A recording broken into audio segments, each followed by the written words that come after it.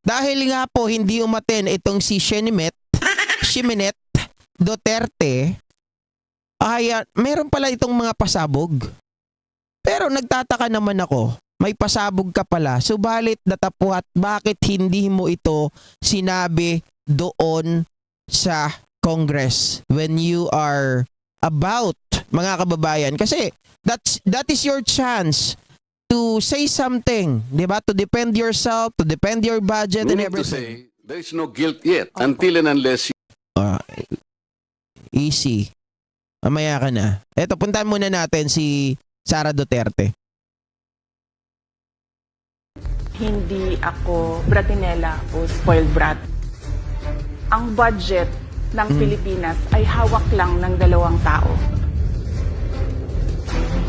Ang budget ng Pilipinas ay hawak lang ng dalawang tao. Hawak lang siya ni Congressman Zaldico at ni Congressman Martin Romualdez. Napanood nyo ba yung video natin kagabi? Yung part 1 nito. Di ba pinahulaan nila sa atin? Actually, pinahulaan nila sa akin. Sino yung sinasabi ni Sara Duterte na dalawa lang ang may hawak ng budget? Sabi ni Mami Peng, it is, ako, siguro sasabihin ni Sara, si Martin Romualdez at itong si PBBM. Sabi ko naman, hindi. Ang sinasabi niya dyan, for sure, 100%, 101%, si SMR at itong si Saldico. O, hindi nga ako nagkamali. Mga kababayan, si Saldico at si SMR yung sinasabihan niya. Yan ang katotohanan. Halimbawa ko dito, medyo mahaba ito, kaya pagpasensyahan. Ano po, sabi ni Francis Boteng, Idol, ano yung Shiminette? Yung Shiminette po, Shiminette like my answer, Shiminette like how I answer, but I'm answering. Yun po yun. Kumbaga pinahaba po siya, pinaiksi po siya na she may not like. 'Di ba? My answer, she may not like how I answer, but I'm answering. Pinaiksi po yun, Shiminette. Ganon po siya ka-slang. Shiminette like. Yun po yun. Mo, ang halimbawa ko dito, sa DepEd muna tayo. Sa Department of Education, noong taong 2023, merong 5 billion na inapprove para sa classroom construction. Nagulat Oy, ako. Wait, hindi nyo nakikita, nakikita nyo ba? Kasi may mga figure dito na mahalaga nating malaman. Lakihan ko lang. Teka. Lalagay ko sa ibabaw para makita natin. Yan. May mga figure kasi dito na kailangan yung makita. Nilakihan ko na. Liting ko lang. Hindi ako bratinela o spoiled brat. Ang budget ng Pilipinas ay hawak lang ng dalawang tao. Ang budget ng Pilipinas ay hawak lang ng dalawang tao. Hawak lang siya ni Congressman Zaldico at ni Congressman Martin Romualdez. Yan ang katotohanan. Halimbawa ko dito, medyo mahaba ito, kaya pagpasensyahan mo. Ang halimbawa ko dito, sa DepEd muna tayo. Sa Department of Education, noong taong 2023, merong 5 billion na inapprove para sa classroom construction. Nagulat ako. Matindi tong pasabog niya, mga kababayan ha. Magiging hindi ako bias, balanse ako sa pagbibigay nito. Kasi kailangang sagutin ito ng Congress. Kailangan nila itong sagutin. Matindi itong pahayag ni Sara Duterte, mga kababayan, na nag-i-involve or nag-i-inject. What the right term that I am going to use is the Congress is injecting. 'Di ba? Nag-i-inject sila ng pera, mga kababayan. Tingnan niyo po. Kasi merong mga lumapit na miyembro ng House na humihingi. Hinihingi nila yung 5 billion, parte ng 5 billion na budget. Wala kasi akong experience sa ganyan. At saka ang pagkakaintindi ko, Pag inapprove na yan ng Office of the President, ibibigay na yan, pagdediretso na yun sa approval at trabaho ng Department of Education sa construction ng mga classroom. Nagulat ako, may humingi. Magkano ba ang amin dyan? Magkano ba ang amin dyan? So sinabi ko, hindi pwede ito. Kasi ang mangyayari nito, hindi magagawa ng Department of Education ang trabaho namin na mag-construct ng classroom ayon sa classroom backlog at sa prioritization base sa backlog at sa classroom construction. Hindi ko pa nakikita yung sagot ni Saldico, pero mga kababayan, kung ito ay totoo, ito maliwanag yung sagot ko. Kung ito ay totoo, malamang sa malamang, this is an old tradition na naman. Diba? Kung totoo ito, nako mga kababayan, naniniwala ako, ito ay old, same old, same old. So bakit ngayon lang may nagre-reklamo? Malamang ito ay nung panahon din, dinaanan din ito nung panahon ni Duterte. 'Di ba? Para balanse lang mga kababayan, kasi napansin nyo dati, sabi ng mga itong si Gloria ay tinanggal bilang Senate Majority mali pala. Floor Majority Leader, 'di ba? Senior Majority Leader. Basta yun na yun. Nakalimutan ko kung ano tawag. Basta nung tinanggal siya, tapos itong mga ito nagrereklamo. Bakit daw nung tinanggal si Gloria, dami nagrereklamo, tapos naging kaso din o naging mainit yung usapin tungkol sa confidential funds. Tapos ngayon, nagtatanong sila, di mo pera yan, yun ang kanilang sinasabi. Dahil daw nung panahon, bakit ngayon daw, hindi daw maipakita ng mga Congress ang kanilang mga budget. 'Di ba? Ang totoo niyan, mga kababayan, bakit daw ito ay wala nang liquidation, puro certification na lang. Ang totoo, nagmula yan sa tatay ni Sara Duterte. Yung certification. Yung liquidation, inalis nila. Nagsimula yan 17 at 18 Congress.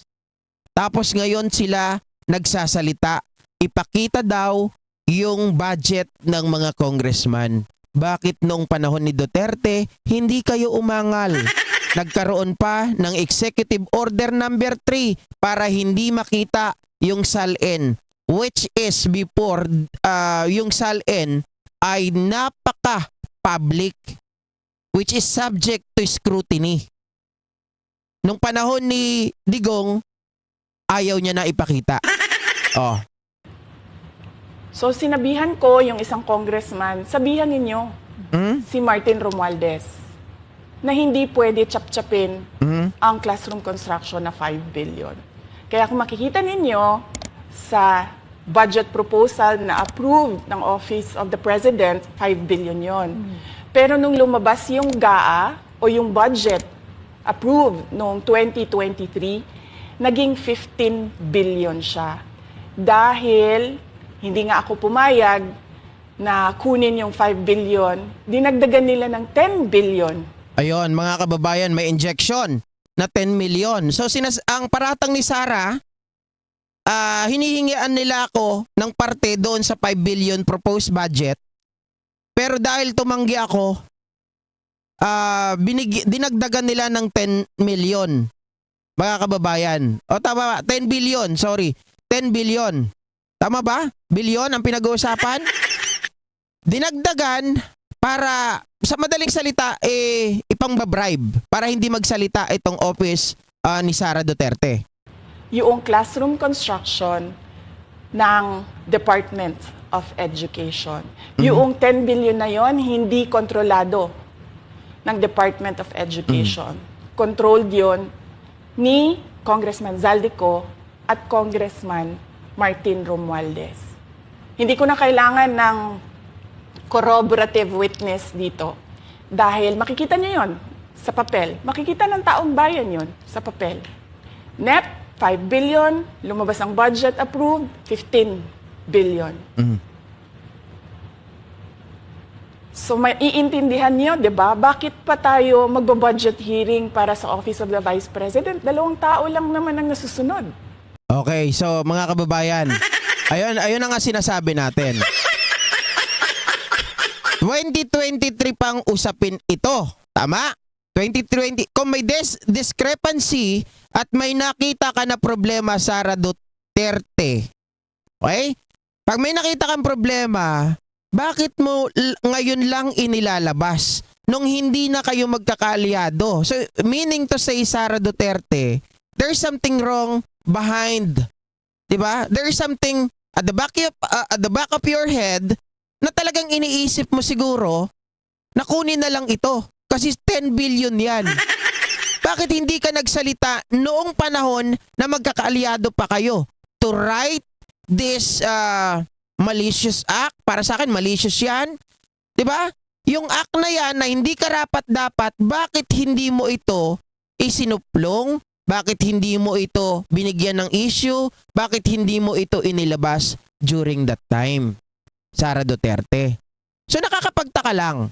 'Di ba? Ito ba ay pantakip doon sa problema na iniwan mo sa DepEd, iniwan mo sa Office of the Vice President na discrepancy?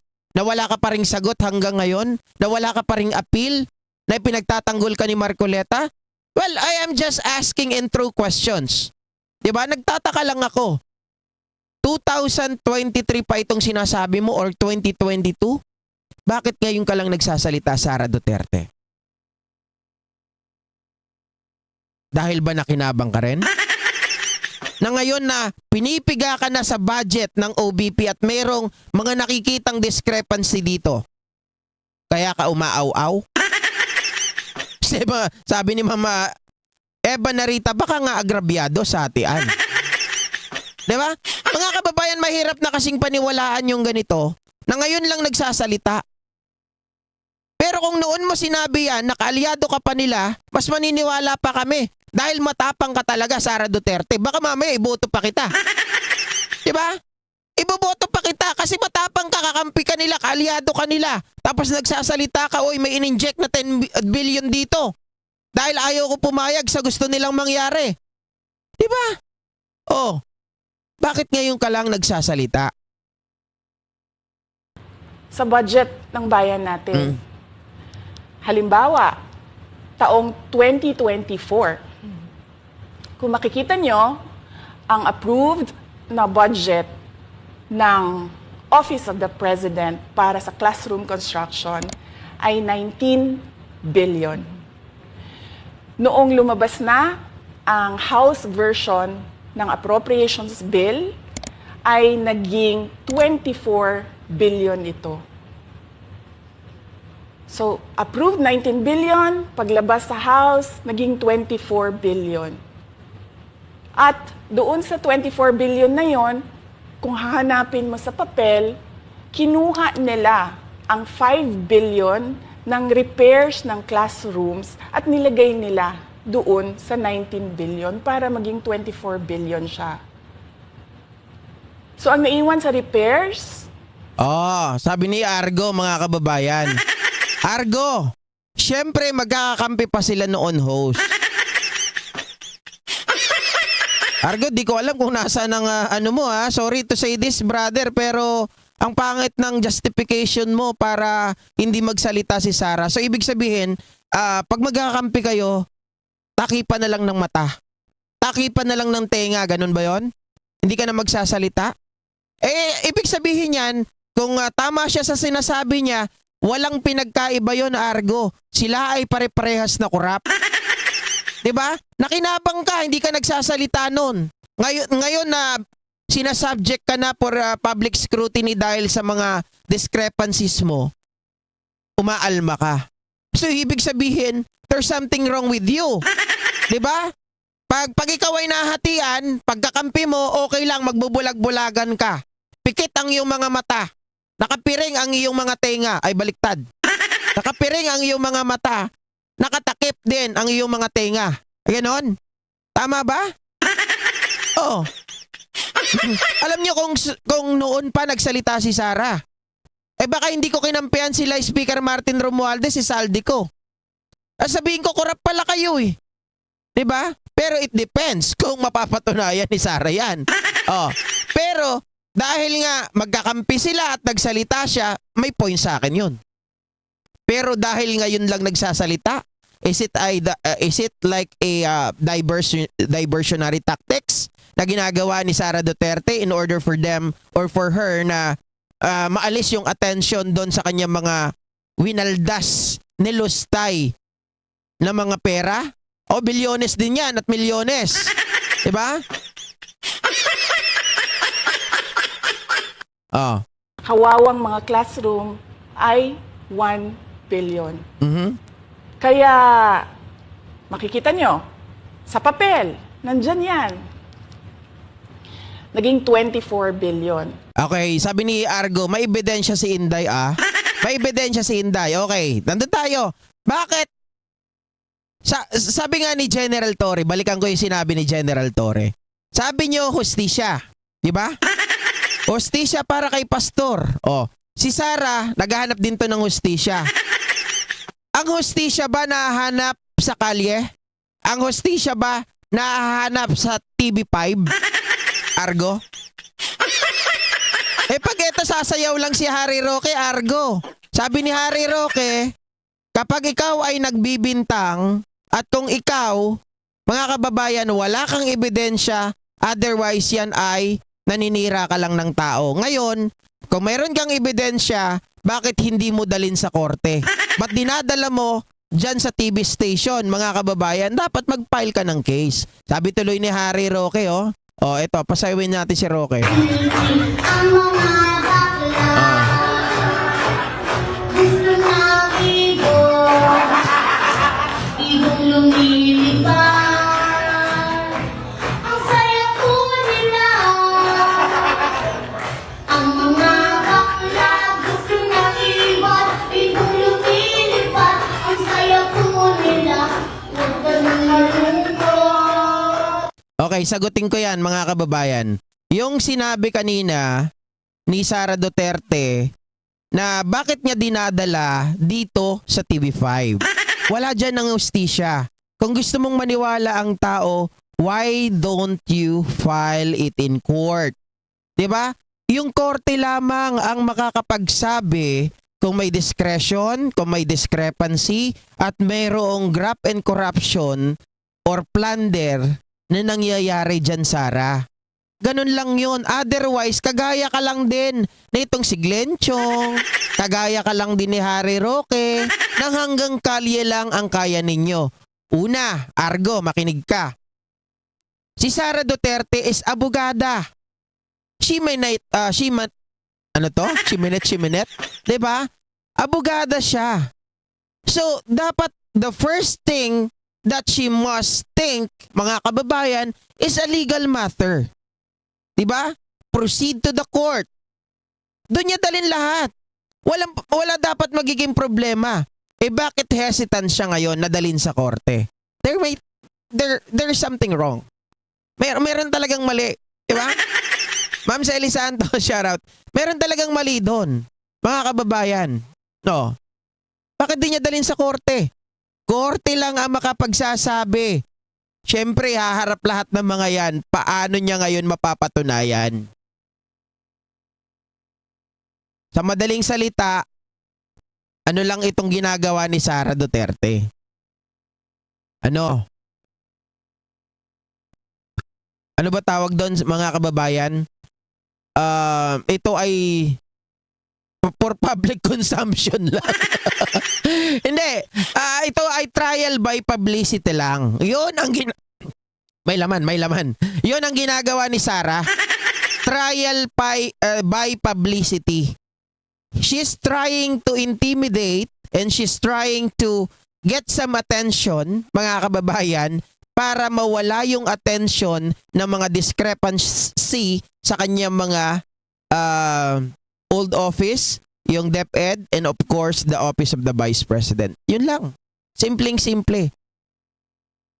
If that is true, then file it in court. Alam mo, unang-una, kung ikaw ay totoong abogado, alam mo ang bigat ng mga pinagsasabi mo. At hindi mo uunahin ang media. Ang isang abogado, magaling mag-isip. Ang unang iisipin niyan, legality. Is there a legal remedy that you can found or that you can find, mga kababayan, dito po sa media? Wala. Lahat yan ay trial by publicity. Yan ay open to public scrutiny.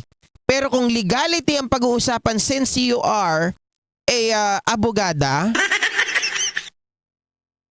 diba? Go to court. Yun lang yun. At hindi lang yan, dahil noong 2023 ay hindi ako pumayag na hindi masunod yung DepEd na rules sa paano mag-classroom construction based on need. Ang ginawa ngayong 2024, inattach nila ang listahan na kung saan gagawin ang mga classroom construction worth 17 billion. Makikita nyo yon sa papel. Ay, discrepancies pala. Kasi madami. Okay. My apology, mga kababayan. I stand corrected, di ba?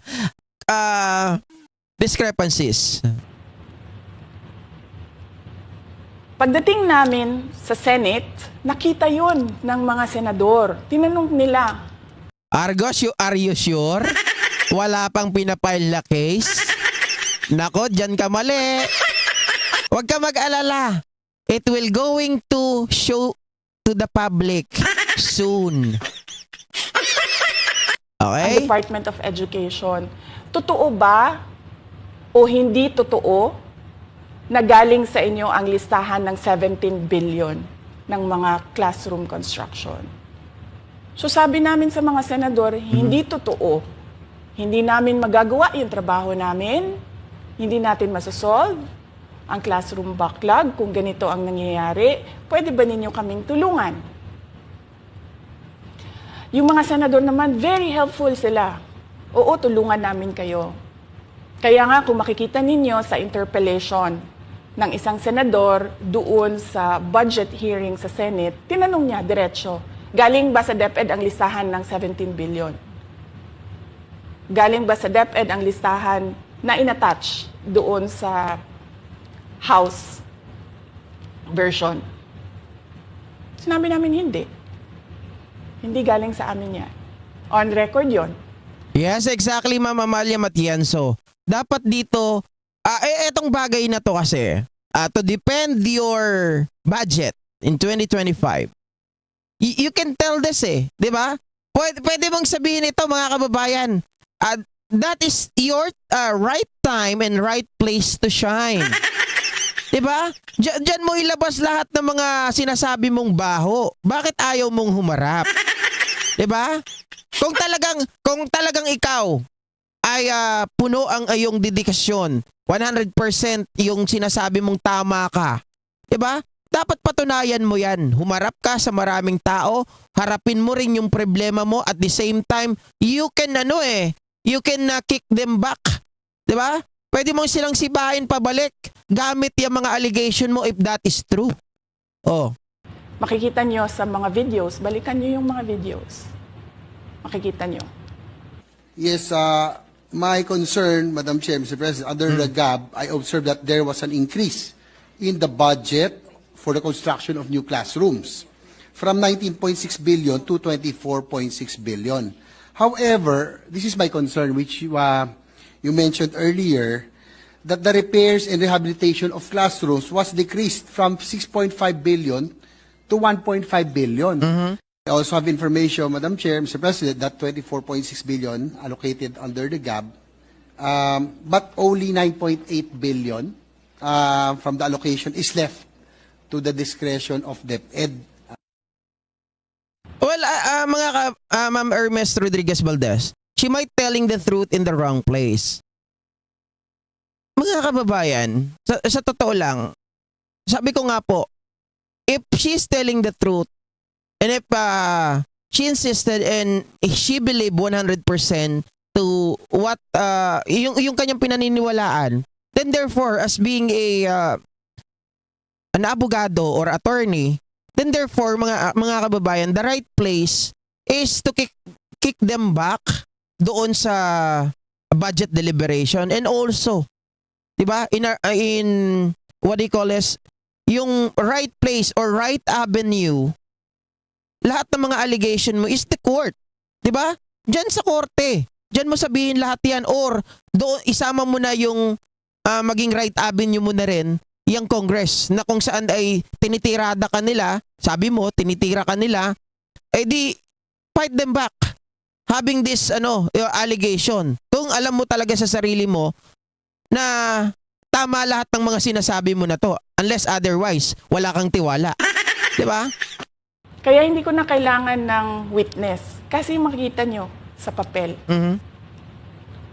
Tapos dumating ang BICAM, walang nangyari dahil ang nasusunod doon ay si Congressman Zaldico at si Congressman Martin Romualdez. Kaya nandun pa rin naka-attach yung 17 billion na ginawang listahan ni Co at ni Romualdez. In fact, balik lang ako konti sa'yo ha. Kahit yung mga congressman, nakikita nila yung problema ng ginawa nila na pag-attach ng listahan sa budget. Kasi doon sa basic education hearing noong May 2024 ng House of Representatives, merong isang congressman nagreklamo, bakit ang tagal ng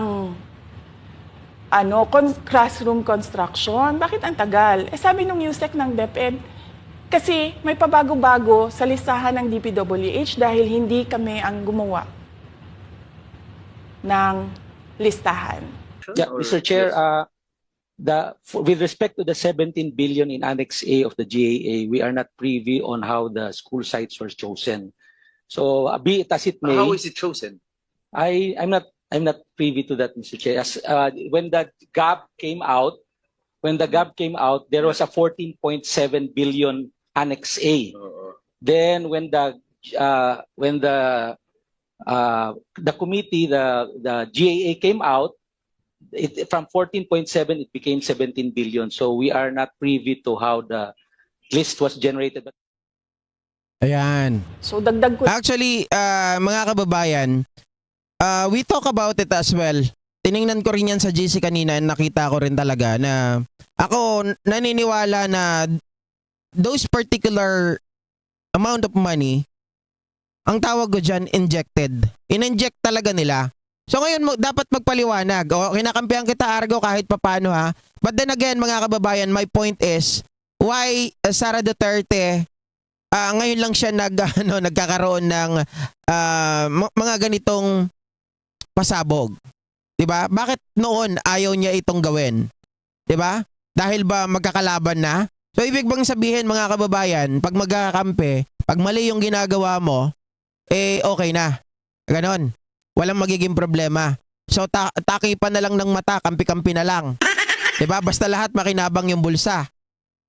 Hindi ko kinakampihan ang Congress sa pag-i-inject nila yan dahil mahirap talagang ipaliwanag. But then, ako naniniwala, mga kababayan, give them the benefit of the doubt, especially sabi nyo nagpaliwanag na itong si Zaldico na ito ay budol. Pakinggan natin sa mga susunod kung ano pa yung mga sasabihin nila tungkol dyan. At ako, pakikinggan ko talaga yan kasi ayaw ko maging bias. Pero nakikita ko dito, yung timing ni Sara Duterte ngayon, by having this issue, an allegation for the injection of the volume amount of money, mga kababayan, is actually a diversionary tactics na para mailigaw po yung kwento. Makalimutan yung itok-itok, yung sinimet, yung pusit, at yung mga discrepancies, notice of disallowance, lahat ng yan. Hindi ko na ipi-play ng sobra-sobra. May punto rin naman siya. Pero kailangan both side ay makita natin parehas, 'di ba? Sabi ni Antonio Angeles, Idol GP, kung nag-attend sana si GP, maganda sana nangyari kasi andon si Zaldico. Exactly. That's the right avenue to say something. Fight back, kick them back kung tama ka, 'di ba? Villasencio, Sara na all.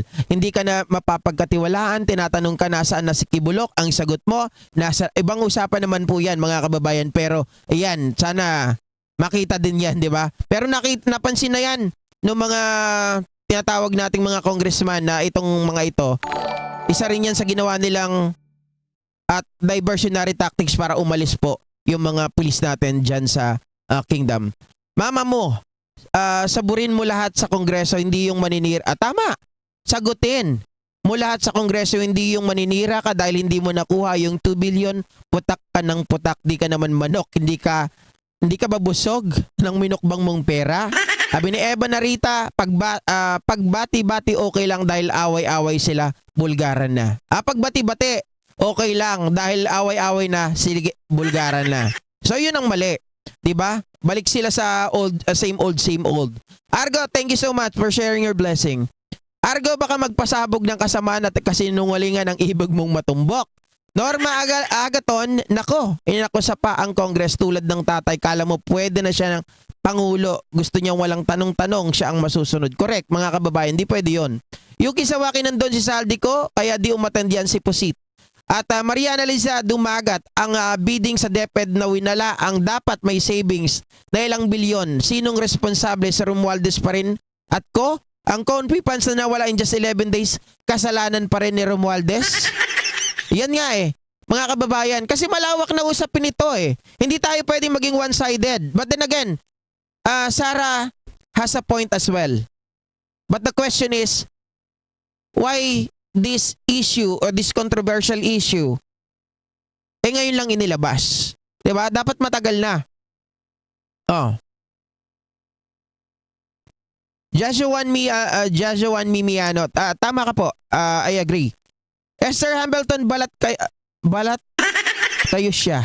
Balat kayo siya. Ako di mataas ang aral but somehow naunawaan ko po yan. Si Sarah ay feeling knows everything but in reality, no? Kaya nga no? Adyak mo kung may corruption si Romualdez at ko, meron din kay Sara Mau. Huwag niya exempt ang sarili niya, hugas kamay ba? Yan. Mga kababayan, lahat naman yan, no, kahit piso, that is a corruption. 'Di ba? But ang titingnan natin diyan, who is the lesser evil? 'Di ba? Doon ako Mas kampi ako sa lesser evil kaysa doon sa napaka-evil. Tama, Matimias, sana noon pa. Sa kamera ka mag-atungal at ngayon bibira ka na mismo ni Ko, sagutin mo. Yon, mga kababayan. Wala 'Di ba? Sa media, that is not the right avenue. If you have something to say, then go to the proper avenue. Ganun lang yun. Tama po, Mama Malia Matienzo. Feeling superior kasi si Sara Duterte. Gusto niya, siya lang yung magsasalita, siya yung bida. At gusto niya, lahat ng mga nakapaligid sa kanya ay tuta niya. 'Di ba? Kaya nga nung si Congressman Sandro Marcos ay pumindot ng buton, tuwang-tuwa itong gaga. At nung panahon na yon, tama po kayo, wala pang problema, kaya pinapalo pa nila yung old tradition na chini-cherish ng lahat. Okay? So hanggang dito na lamang mga kababayan. Magandang gabi po sa inyong lahat, kay Sir Bryant Balanay, kay Bokal, Annalyn, baka yan ang ginawa niyang passport para mangulimbat ng pwede. Pwede, mga kababayan. Pwede. Tama, Annalyn, you have a point. Kasi pwedeng ito ay pamba-blackmail. 'Di ba? Noon may nakita siyang problema na nag-i-inject ang mga Congress. Sabi niya siguro sa utak niya, mag-antay lang kayo. Babawian ko kayo. Kapag kayo naman, pag hindi nyo ako pinagbigyan, ilalabas ko ang baho nyo. Ganon. Yung isa pang naisip ko. Tama ka, Annalyn. Mabuti pinaalala mo yan. Baka this is also, this alleged corruption from the Congress is actually one of bala nitong si Sara Duterte, no? To blackmail them. Thank you so much once again, guys. Thank you, maraming salamat at see you sa mga susunod na vlogs natin. Sana po sa mga hindi pa nagla-like, paki-like na rin po mga kababayan. At medyo marami atang nagla-live ngayon kasi hindi tayo umakyat ng 200. Okay? Ma'am Lori Mamawag, may napanood akong parang ganyan, sabi ni Sarah, may pasabog daw siya. Nako. Siya rin lang nasasabugan ng kanyang mga sinasabi, no? Okay? Bye guys! See ya!